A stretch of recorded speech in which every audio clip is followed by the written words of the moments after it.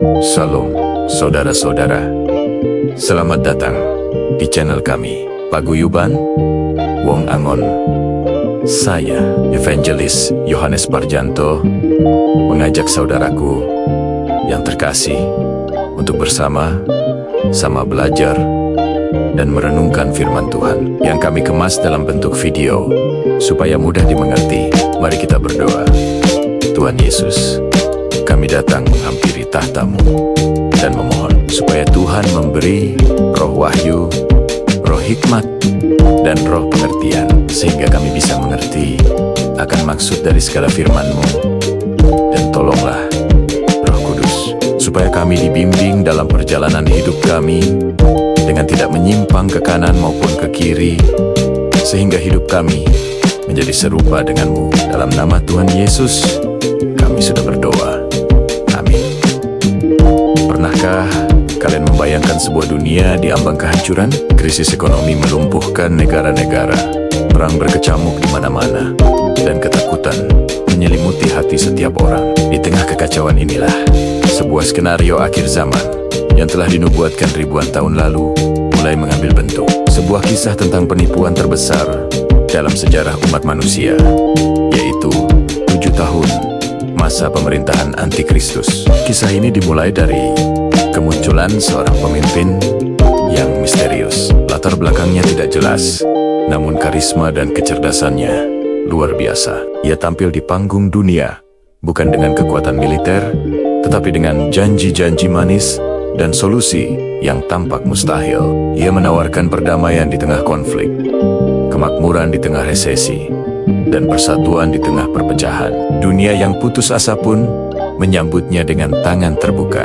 Puncak pesonanya terjadi ketika ia berhasil menengahi sebuah perjanjian damai berdurasi 7 tahun. Sebuah perjanjian yang secara ajaib mendamaikan Israel dengan negara-negara tetangganya. Konflik yang telah berlangsung selama berabad-abad seolah sirna dalam sekejap. Dunia memujinya sebagai juru selamat, seorang Mesias modern. Popularitasnya meroket, dan ia menggunakan momentum ini untuk mulai membangun sebuah tatanan dunia baru. Di bawah kepemimpinannya, sebuah sistem pemerintahan global mulai terbentuk. Batas-batas negara menjadi kabur, dan satu sistem ekonomi terpadu diperkenalkan untuk menyatukan seluruh dunia. Awalnya, semua tampak indah. Stabilitas yang telah lama dirindukan akhirnya tercapai. Namun, di balik layar, benih tirani mulai ditaburkan. Kelompok-kelompok kecil, terutama orang-orang beriman yang waspada, mulai menyuarakan penolakan. Mereka melihat ada yang salah dengan pemimpin yang dipuja-puja ini.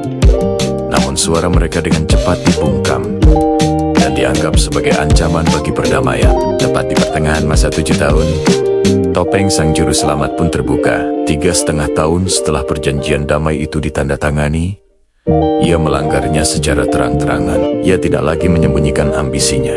Ia memasuki bait suci yang mungkin telah dibangun kembali di Yerusalem dan melakukan tindakan penistaan terbesar.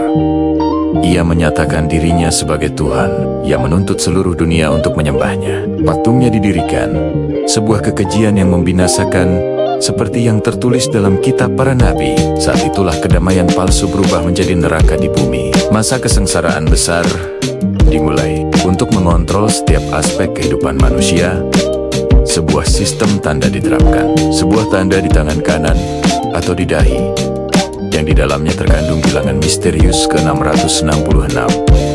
Tanpa tanda ini, tidak ada seorang pun yang bisa membeli atau menjual. Mereka yang menolak untuk menerima tanda ini dan menolak untuk menyembah sang penguasa dunia dianggap sebagai musuh negara. Penganiayaan yang brutal pun dimulai. Orang-orang Kristen dan Yahudi yang tetap setia pada iman mereka diburu, disiksa, dan dieksekusi secara massal. Mereka menjadi buronan di dunia mereka sendiri, dipaksa bersembunyi di gua-gua dan tempo-tempo terpencil, bertahan hidup hanya dengan iman dan pertolongan ilahi. Dunia terbagi menjadi dua. Mereka yang menyerah pada sistem antikristus demi keamanan sesaat, dan mereka yang memilih kesetiaan kepada Tuhan dengan risiko kehilangan nyawa.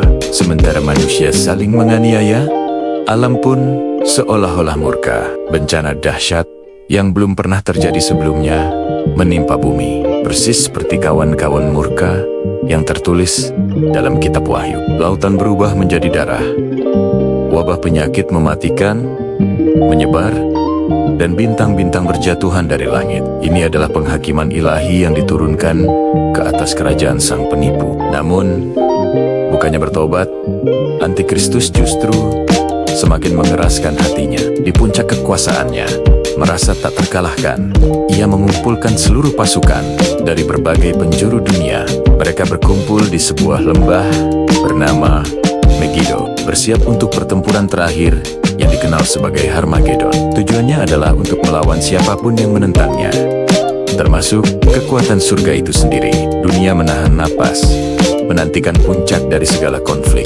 Namun, tepat ketika ia merasa kemenangan sudah di depan mata, langit terbelah. Momen yang telah ditunggu oleh orang-orang beriman akhirnya tiba. Yesus Kristus datang kembali, bukan sebagai anak domba yang lemah, tetapi sebagai raja di atas segala raja, dengan kemuliaan dan kekuasaan yang tak tertandingi. Pertempuran itu berakhir, bahkan sebelum dimulai, dengan satu firman dari mulutnya, seluruh pasukan musuh dihancurkan. Antikristus dan nabi palsunya, sang propagandis utama, ditangkap. Mereka tidak diadili seperti manusia biasa, melainkan langsung dilemparkan hidup-hidup ke dalam lautan api yang menyala-nyala. Pemerintahan tirani selama 7 tahun itu pun berakhir seketika. Langit dan bumi yang baru dipulihkan. Kejatuhan sang penipu agung menandai akhir dari sejarah kejahatan manusia dan menjadi awal dari pemerintahan 1000 tahun Kristus yang penuh damai dan keadilan di bumi. Sebuah pengingat abadi bahwa sekalipun kejahatan tampak berkuasa, kemenangan akhir selalu menjadi milik kebenaran. Terima kasih sudah menyimak kisah ini. Jangan lupa untuk subscribe agar tidak ketinggalan konten-konten menarik lainnya. Sampai